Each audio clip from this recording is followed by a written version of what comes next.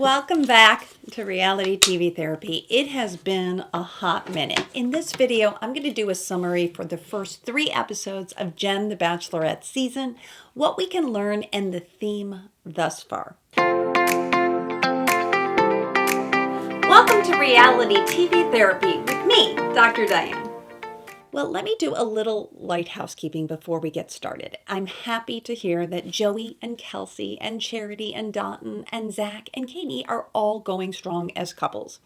And of course, you've heard that the Golden Bachelor has called it quits. I'm not surprised, but I will admit I'm actually bummed. Now, the good news is that Joan is going to be our Golden Bachelorette, and that is going to start this September 18th. It looks like it's going to be on a Wednesday night, and I am here for all of it. But I want to make a big announcement because I'm pivoting. I've not been on YouTube as much. I will tell you I've been having some of my own health problems. I'm doing fine, but menopause has really kicked me hard. I'm a middle-aged woman, and I actually am going to be doing a channel that talks about issues like hormones, like identity, like relationships later in life. And I'm going to call it Reframing Midlife. But I will announce that soon. It's going to be a podcast and videos, and I'm actually super excited about it. But I have to admit, I feel a little old in this space, and I'm just wanting to do something that's a little bit more in sync with where I am now. Enough about me, and I'm happy to answer any of your questions. But let's get into this episode with Jenn. What do we know about Jenn Tran? Well, she's a 26-year-old, beautiful Asian Vietnamese woman. And a lot of people can relate to Jenn. So often in this franchise, we have not had the diversity that we really need. Diversity matters. Jenn explained herself that growing up, she never saw anyone that looked like her find love on TV. So I think casting here makes a huge difference in the lives of many young Asian girls. There's been no Asian Bachelorette. Yeah. That's so cool. Thank you so much. Seriously, it means a lot. There is a lot of responsibility being the first Asian American Bachelorette, you know. I want to be able to make everybody proud and make, you know, my heritage proud. Finally, we're having representation they deserve. Now, if we recall Jenn on Joey's season, she made her grand bachelor entrance riding on the go-kart. And her and Joey went surfing. She was really adventuresome. She played the piano.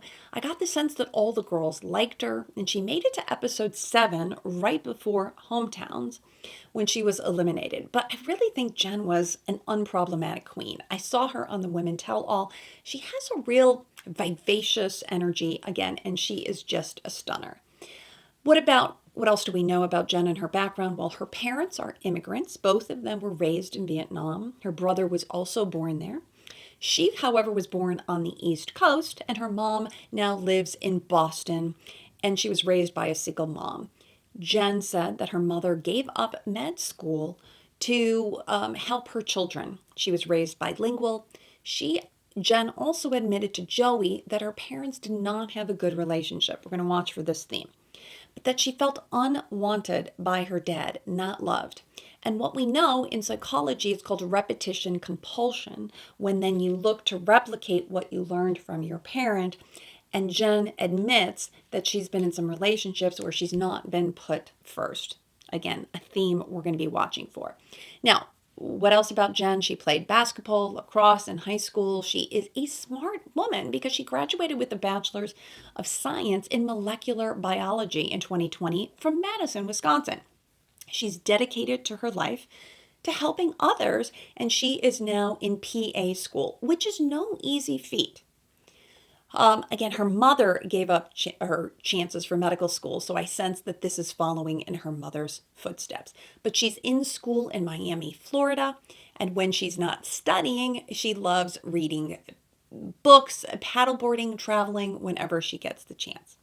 But what I like about Jenn is that she seems really self-made, and she is a whippersnapper. She is going to tell you exactly how she feels and what she thinks. No holds bar. I don't know if you got to see her on Kelly Ripa, But Kelly Ripa usually brings on The Bachelor, Bachelorette because it is ABC. And she was asking Jenn, well, why do you need to go on the show? Why can't you meet somebody like everybody else at work or online? And Jenn said, well, I am on Hinge. And Kelly, by the way, how did you meet your husband, Mark Consuelos? Because they met on TV. So I like that Jenn holds her own and she can sass back a little bit. Now, Jenn also tells us in night one that she is looking for what she calls a fierce love. What does that even mean? Well, I think this goes back to her dad, right? When her dad didn't fight for her, she's not surprisingly looking for someone who's going to fight for her. I'll get into Jenn's attachment style when I get to see her a little bit more. At this point, again, I just like that she's outspoken and she's not going to put up with crap. Okay, so let me go through the nights pretty quickly and tell you what stood out for me thus far. Night one, Limo Entrances. Now, what I love a catchy theme. Okay, I love when people go all in and when the theme kind of matches the lead, right? When Rodney came out like an apple for Michelle because she's a teacher. I think those are that you're really taking the next step and paying attention. So for me, the limo entrance that stood out was Jonathan. He was the one who came with the hospital gown. You know, he had no underwear on, but like he had bandages and she works in a hospital and I really liked that theme. We had a couple suave guys, right? Grant came out making music. There was Sam, of course, with the shot clock. There was a guy in skis. We had Thomas A with the puppies. Jeremy and his car, he was confident, but there was like that conflict. I just thought, okay, this is kind of silly. But what I did like is that the producers mixed it up a little bit. They had them play truth or dare, and I thought that seemed a little bit more fun to me.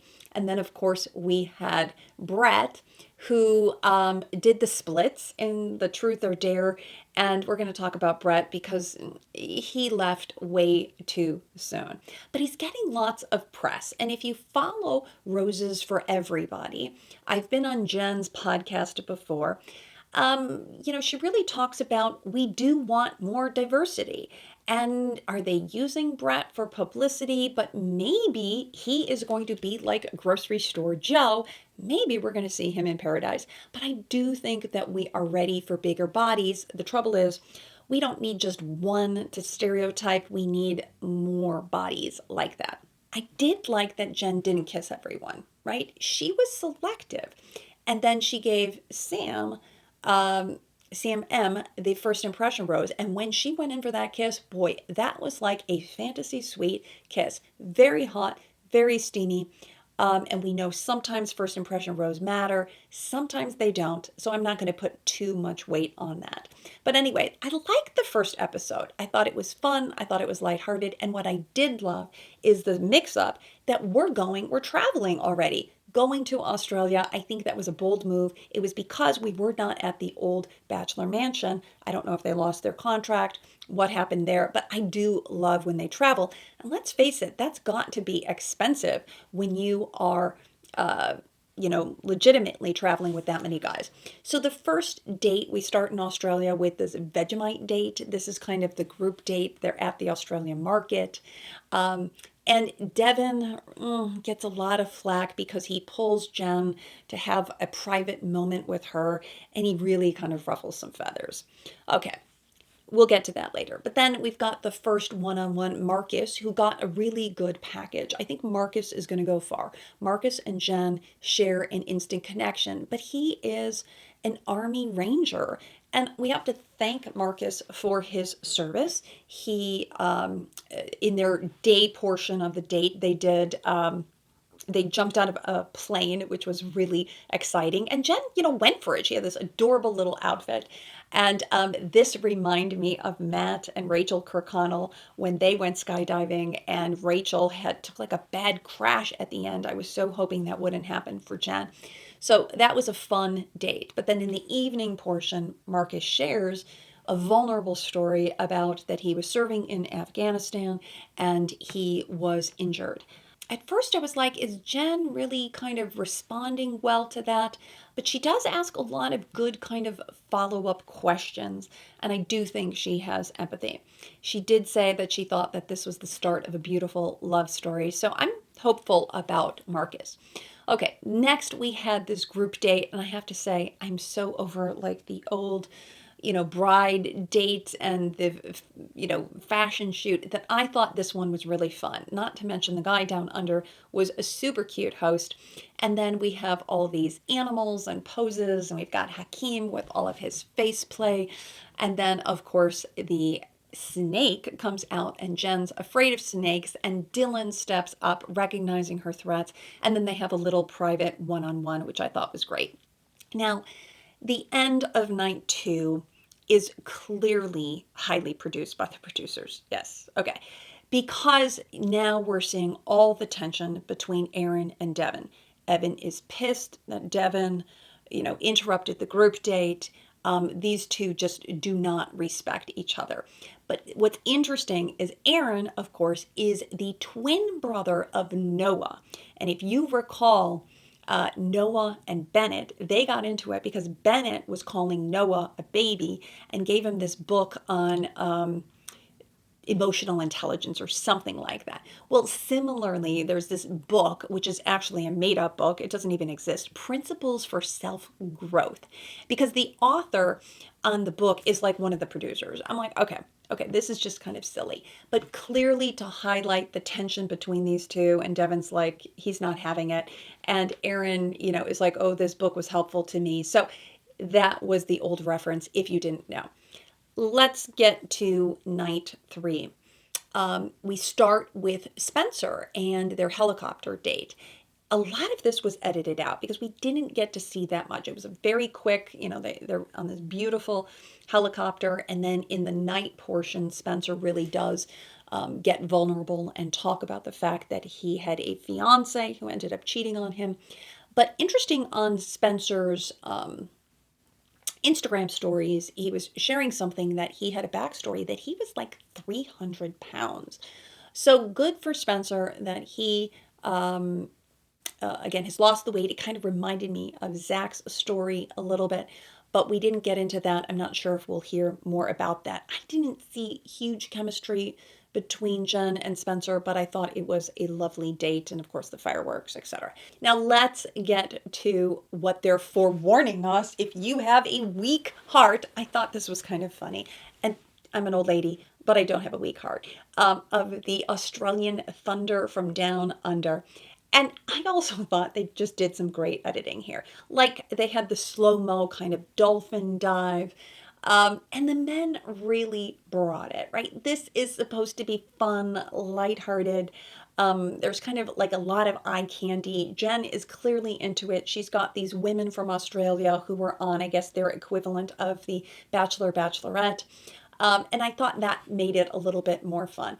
But the guys, Marcus in particular, he really brings it. He is the astronaut. We've got Jonathan in the firefighter kind of hose. He whips it off, and he has the Jenn shorts. We had Thomas A with the abs.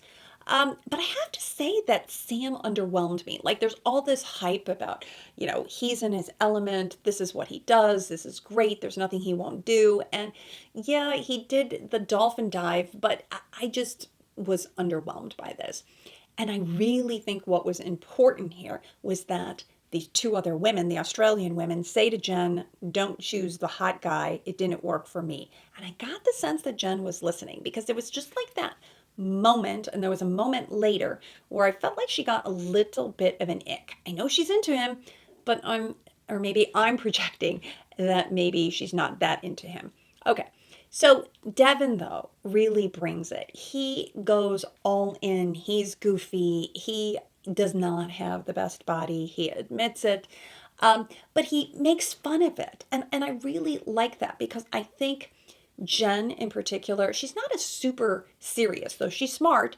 I think she likes to have fun, and he definitely brings that. He's loud, he's confident, he is really forward. Later, of course, he admits his insecurities, that, he too had struggled with being overweight, but I give Devin a lot of credit. Now, when it comes to Devin's attachment style, for me, this is why I watch the show, right? It's got more of that anxious kind of flavor.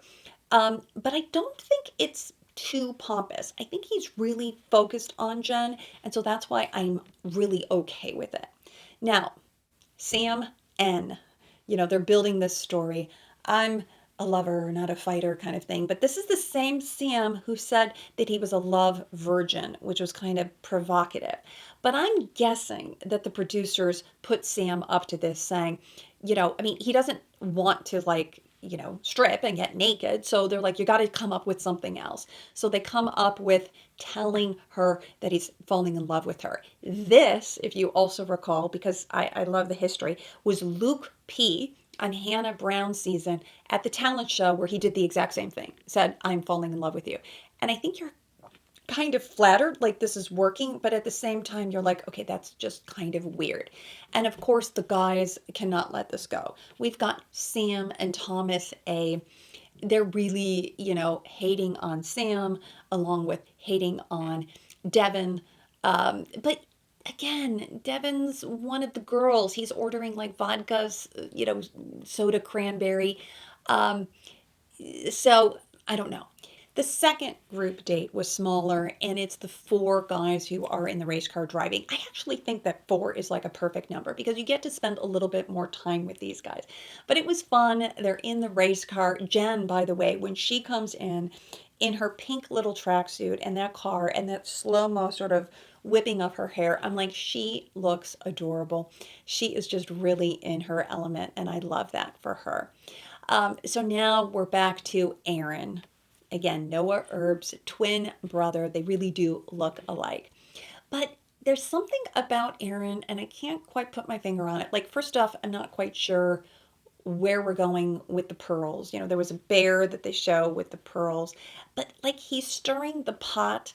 And then there's this whole story about that he gets a call, from pilot training school that he needs to go.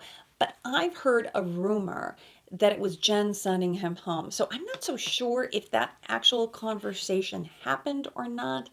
But why did his brother tell him, hey, if you want more airtime, stir the pot? But I'm not quite sure about all of this. And to be honest, Aaron, again, there's something, he's the manly guy, he's the pilot, he's the only guy who knows stick, but then there's something about a little bit of metrosexual. No judgment here at all, but I just feel like there's a little negativity along with Sam and Thomas, and now Aaron. I feel like it's these three guys that are kind of just negative, right? Then even bringing up with Jenn later when he's already leaving, like stirring the pot. There's some people aren't here for the right reason, but I'm not going to tell you who. And she kind of gets pissed off about that, which I do not blame her. It's like, why are you doing that? Okay. Let's get back to Sam. He reminds me of Juan Pablo. Do you remember? He's clearly the villain of the season. There's so much talk about like respecting each other, but at this point, he's becoming obsessed with Devin. But he was a problem from night one. Do you notice? He was critiquing everyone's entrance. I pay attention to these things. I'm like, ooh, there's just like negativity right from the beginning. Then he gets Thomas in on it. And then the question is, why is he so bothered by Devin? Okay, so, and I love the producers when underneath somebody's name, he says, needs to know the definition of bully, because he's saying that Devin is a bully, and I don't think that's true at all.